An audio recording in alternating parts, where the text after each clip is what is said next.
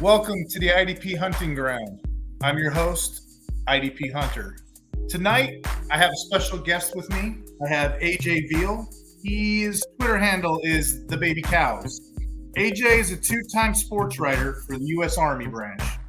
He's also worked for a civilian company known as the Fantasy Pigskin Nut. Besides sports writing, he loves Madden, and he discusses some of his secrets, some of his write-ups, some of his discussions on a lot of my podcasts. Tonight, AJ's here to kind of help us all understand transition tags in fantasy and ups and downs of players and what we do with them. What's going on, AJ? Hey, Steve. Thanks for having me, brother.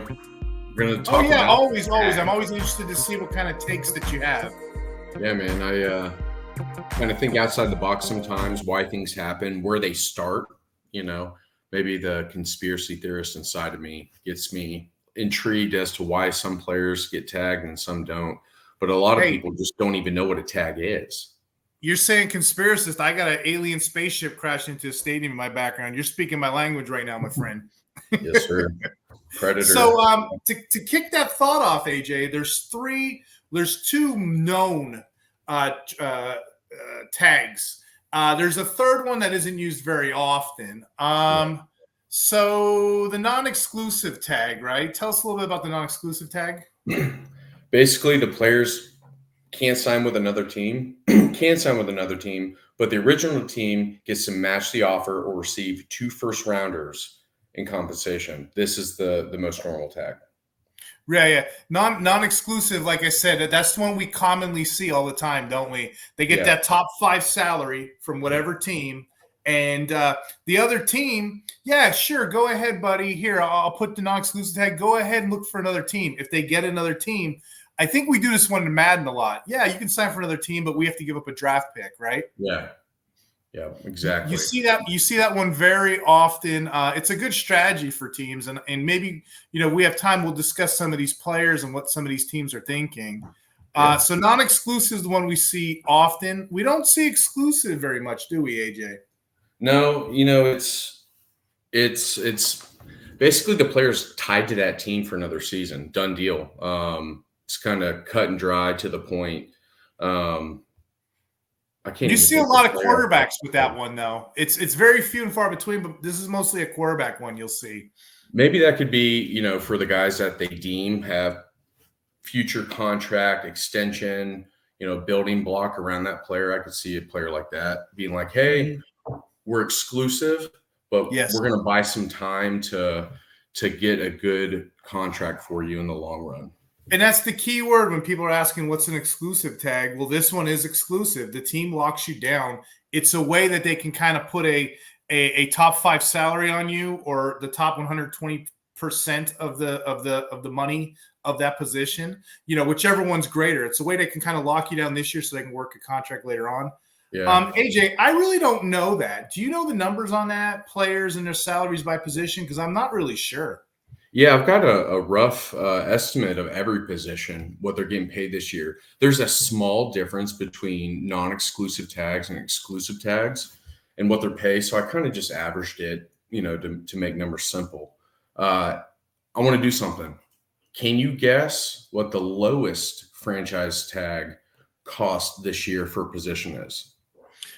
I don't know, but I know there's chirp about like defensive linemen are cheaper than linebackers. I know they were trying to do it with Mike Parsons. I don't really know what the cheap is. It tight end maybe? I'm guessing. I don't know. It's so essential. You could probably get by without even doing this position. I'm going to get hated on for saying that.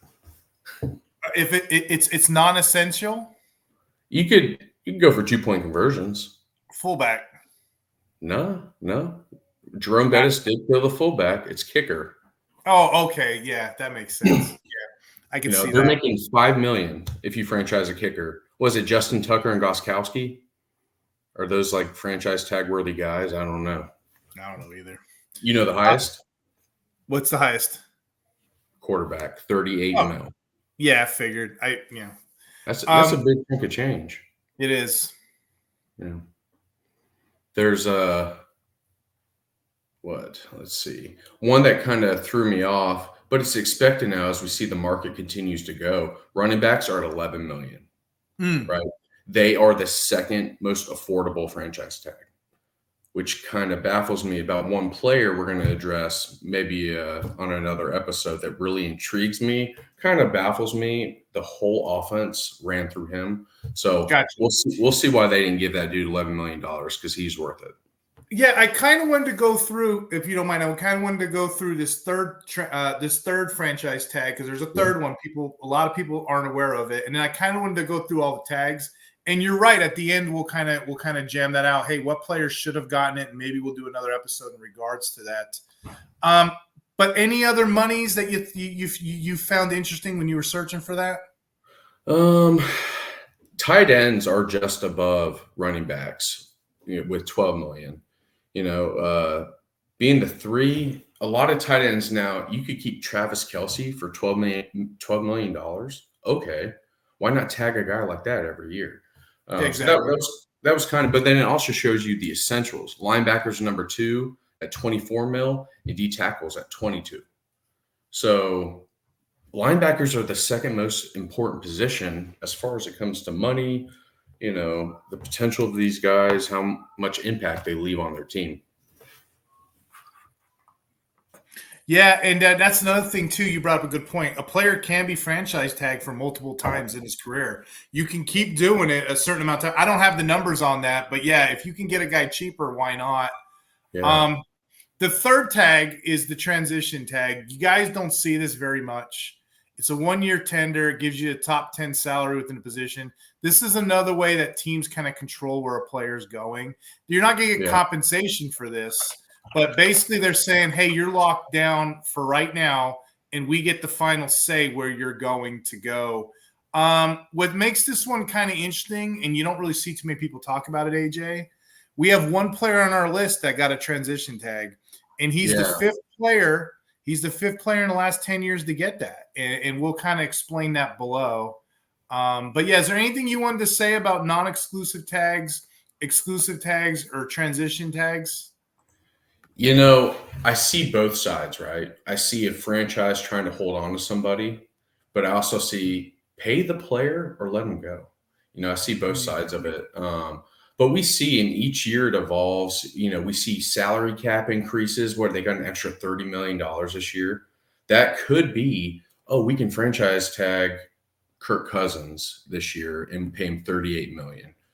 We couldn't have done that before they increased our salary caps. I think it was to $230 million. On that note, Kirk Cousins is a great example of this. He was non-exclusive tagged by the Redskins. I mean, the Commanders, Redskins, and the football team for years. And then all of a sudden he went to the Vikings and he got the exclusive tag. So he's a great example of these different kinds of tags. Sorry, go ahead. I just want to throw that in there. No. I mean, dude's used to it. Pay the man. I just thought it was interesting. Maybe teams midway through the season, as they're planning their off season, if they're a team like the Cardinals, we're not going to playoffs. Are they looking at who should be tagged and who should get paid, who should get signed, who should get cut, who's going to be available on free agency? Not even expecting, are they hearing whispers of $30 million increase? Like, we can for sure sign Madubuke and Jaylon Johnson, and Xavier Collins, So yeah, I guess in general, the franchise tag, whichever one you're going to do, it allows a team to keep a player under their contract, whether it's expiring or not for at least one more year, but 100% guarantees that they have control on this player, whether or not it's fair. The NFL argues that, but, it all depends. And like I said, Cousins is a great example. A lot of these running backs you're noticing, they're kind of getting the shaft. Linebacker seems to be a pretty hefty position too in that regard too. Yeah, I mean, we saw what their value, right? Got to keep these guys, keep them around. I'm trying to look up the some players in recent history that have been transition tagged outside of Kyle Duggar. Here we go. Yeah, there's not many. Last one was 2020. Kenyon Drake. 2018. And you're noticing a shift now. You're noticing these running backs and linebackers as they get older teams are really bouncing them. Hey, here you go, whatever. We're not seeing that too much. So that's kind of like older football now. Yeah. Wow. Some of these names bring it back. It's been a minute since I've heard Jason Worlds. Do you remember him? No. So we have 9 specific players for this episode that we were going to talk about in reference to different tags and stuff that they have. Yeah. There were 2 specific ones on offense I know you were really excited to talk about. Yeah. We got T. Higgins. We'll talk about T. Higgins is interesting. Tell us about T. Higgins. It makes sense. You got to worry about Jamar in the very near future. You got to lock him up. This buys them time. They know they're paying him, 21 mil. He's that type of player. You got to pay. The compliment he is to Jamar is what Jamar compliments him. They feed off each other. With a healthy Joe Burrow, he completes the offense. Joe Mixon can be switched in and out. T. Higgins is critical. And I think this year through the draft, they actually get a tight end that's got some pace to it. And you were saying that T Higgins had the non-exclusive franchise tag, right? Yes. Yeah. He battled through a lot of injuries, but he had a career low of 42 catches, but still, 5 touchdowns. For a bad year, I'll take that as my floor. But a non-exclusive tag right there, that's telling you that the team doesn't want this guy out of town unless they could kind of control it, right? Yeah. 2 draft picks in compensation, bet. Sometimes we see teams that make crazy decisions for, what was it, the Ricky Williams trade? I don't remember. They sent an entire draft class for Ricky. That's crazy. That's a misnomer, no question. So your number 2 on your list was Michael Pittman, right? Yeah. Building block player, non-exclusive tag. He's going to make 21 mil. They're going to work out a long-term deal. With AR coming back healthy, they need somebody that will catch every pass. And you were saying this is another non-exclusive tag out of Michael Pittman. So another one of those situations, they don't want this guy to leave town. They want to work around him. So I guess both of those players, and that brings up a good point you were saying, they're trying to discuss a long-term deal with those guys. Yeah. We might see them in the very near future. They might be close in talking. I don't see either one of them being divas about it, pulling some AB stuff or, what was it? The running back, part of the triple Bs, Le'Veon Bell, or refusing to sign, refusing to play because they can't get their deals done. So that's funny because, those guys nowadays with the modern day football, they would love to get a deal done, right? So they're getting started. So those were your 2 offensive guys. Any questions on those guys or anything that you wanted to throw in reference to those 2 players getting tagged? No, I'm pretty squared away on those guys. They make sense. They didn't make my jaw drop. It made total sense. Smart move. Okay, so what I'm going to do now is I'm going to move on to the 7 defensive guys that got tagged because I think there's a little bit of interest here. It's a little intriguing now that the audience at home and they know that there's 3 different styles of tagging. It kind of reveals the hand of what teams are doing. The first one I wanted to talk about is Josh Allen. Josh Allen got the non-exclusive tag, okay? And, it's for $24 million, okay? Josh Allen just came off one of his best years, did he not, AJ? He's probably one of the top elite defensive linemen outside the top 5 or 6 once they go off a board. This team clearly wants to build around him. They don't want to see him go to free agency. They probably don't have the kind of money that he wants. So, when I see a move like this, it's telling me the Jaguars probably need more time to kind of work out an additional long-term contract for him. And they probably wouldn't have time to do it by the mid-July deadline. So let me just go ahead and give him a non-exclusive right now. And that way we could control where he plays for now in the short term. And we could control this guy before he hits free agency. Any thoughts on that? Man, spot on, sir. Right on target. As a former Jaguar fan, this dude was average since he's been on the team, and then he balled this season. Maybe because he wanted to get paid like an elite guy. He's a Jaguar, so you have little faith. It made sense though. There's really nobody else on that defense that you had to look forward to signing. All of their money is tied up in offense. We saw them cut a 30-year-old Darius Williams. Rayshon Jenkins is gone too, so it made sense. And like you said, time. It buys them time to restructure some contracts. Keeping Sheriff around baffled me. Josh Allen, sensible move. So on that same note, my next guy on the list is Brian Burns. Same thing. Team wants to keep him. Team wants to keep money together. But here's two talking points for you. Brian Burns, it's been rumored, it's been mumbled. Everybody on Twitter that has Twitter account, they follow it. He wants $30 million a year. He's also coming off a down year. There's no way in heck the team's able to put that kind of money together. So right now, this non-exclusive tag that he's getting, this kind of just pushes things out for another year or so. See what happens. See if he does end up having a great breakout year, which I kind of think he's capable of. I just think the whole Panthers team in general was down, but his sacks dropped last season. So consider him to be a top paid edge rusher soon. But this year it kind of puts that $30 million to the side because they're like, dude, are you kidding me? You didn't have a year for me. So what we'll do, we'll do the tag and we'll just reboot it for next year. Any thoughts on Josh Allen? So Brian Burns, pretty sure David Tepper tossed his adult beverage on him when he asked for 30 minutes, especially coming off a bad year, bro. If I'm the Panthers, knowing where we're at, we're not competing for another 2 years by what we saw last season with Bryce. Yep. I'm shipping dude out.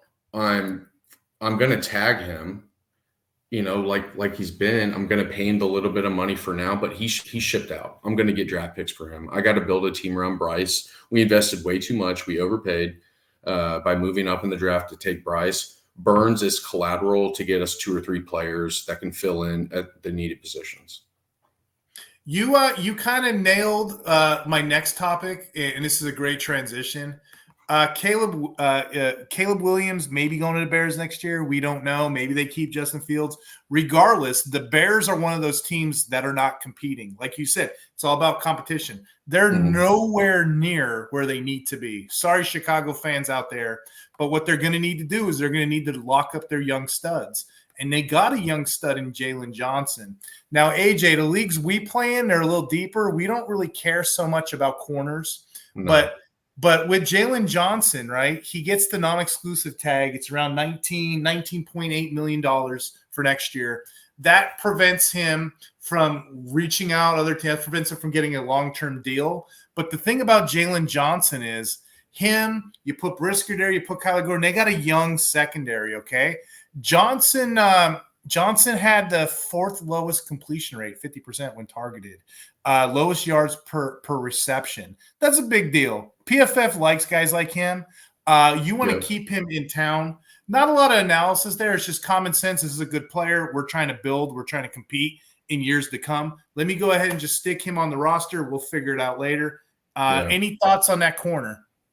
Yeah, I think they got the long-term deal done. I think they did, and it was something ridiculous. Like, dude's getting paid. Let me see did he re-sign Jaylon Johnson signed? Yeah, 4 years, $76 million. Oh, they got it. Okay. Yeah, that was a few hours ago. Sweet. And then there you go. That you heard it here first. Yeah. 4 years, $76 million. Looking at a player like that, right? Does he have the swag of Jalen Ramsey when the really good year in 2017 with the Jaguars? Because he's been getting burnt since then. Tagging a guy like that, is it because there's nobody else on the team worth tagging? Like, yeah, he's a good player. He might be elite, but do we only tag him to pay this? I don't know. Bears are in a predicament keeping their young secondary together. We'll see. maybe they get more draft collateral and move back in the draft. I don't know. You know, I did that article over on the Fantasy Six Pack, and it was about players that are, age cliffs. You can get a lot of time out of a secondary. So the better question to be, how long do we think the Bears are going to take to rebuild? So if it's going to take them, I don't know, 5 years, these guys will be in the prime of their lives in 5 years. I wouldn't re-sign an old veteran. I wouldn't re-sign a Roquan Smith or somebody like that, or a nose tackle. Why would I do that? You know what I mean? So I guess the idea here is maybe we address the long term. The Ravens are the opposite. The Ravens are a prime team now. So why not let me sign players in their prime? You know who's in their prime right now? Justin Madubuke. Madubuke is on this list. He's another one with the non-exclusive tag, right? He's basically going to continue doing the same business he's been doing. And what he's been doing, he's been wrecking havoc all last year. Dude had 13 sacks. Came out of a shell. Playing the interior. Yeah, he's the cornerstone of that team's defensive attack. So expect a long-term deal in the future. But again, all these players that I've been kind of highlighting right now, they're all non-exclusive up to this point. So I haven't really said any other ones, off the radar. But expect those guys to be cornerstones for the future. And here's another one. Usually I would lead with this. Antoine Winfield. Okay, non-exclusive tag again, $17.1 million for next year. We all know who Antoine Winfield is. For fantasy, he was my top player in the game. Any thoughts on Madubuke or Winfield? Yeah. I think this could be similar to Josh Allen with Madubuke is, last year was his 4th year in the league. 1 sack, 2 sack, 5.5 sacks, and then punch in the face with 13. Yeah, right. Was dude one? Yeah, at like an interior defensive lineman. That's like Aaron Donald type numbers from a guy that was probably going to get cut going into this year if he didn't perform, and he did it quietly. Lamar gets all the talk. Are they going to have a running back? They don't have anybody to throw to. They still have a fullback. And their defense with Humphrey in and out, I don't know. I think he did this quietly. I don't remember until it was late in the year kind of catching his name. Winfield makes sense. The Bucs are in a weird spot right now.